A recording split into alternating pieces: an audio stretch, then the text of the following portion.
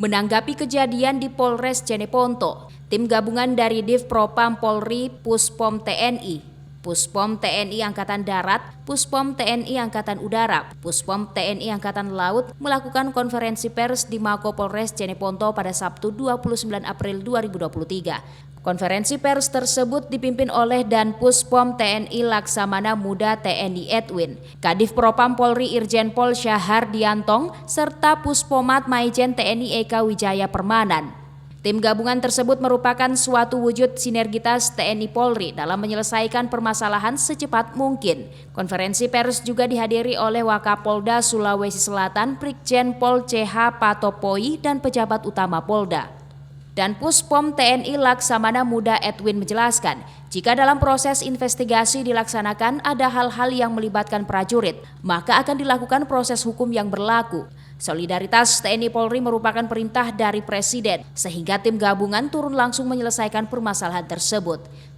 Tim datang ke sini merupakan satu wujud dan sinergitas kita TNI Polri dalam menyelesaikan permasalahan ini secepat mungkin.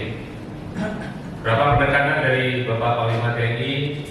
Yang pertama adalah sinergitas TNI Polri ini harus ditingkatkan dan harus menjadi pemahaman bagi seluruh prajurit maupun aparat Polri.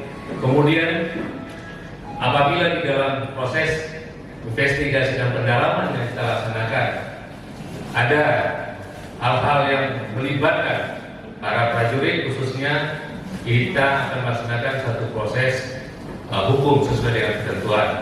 Alhamdulillah kita lihat bersama bahwa kebersamaan TNI Polri di jajaran Polda Sulawesi Selatan itu sangat sinergi, sangat solid, termasuk di Polres Jeneponto ini.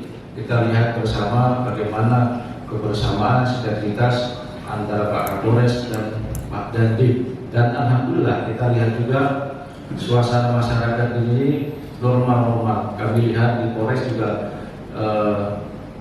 normal seperti biasa, melakukan pelayanan masyarakat seperti biasa. Kita lihat tadi ada proses rekrutmen, pelayanan masyarakat dan sebagainya.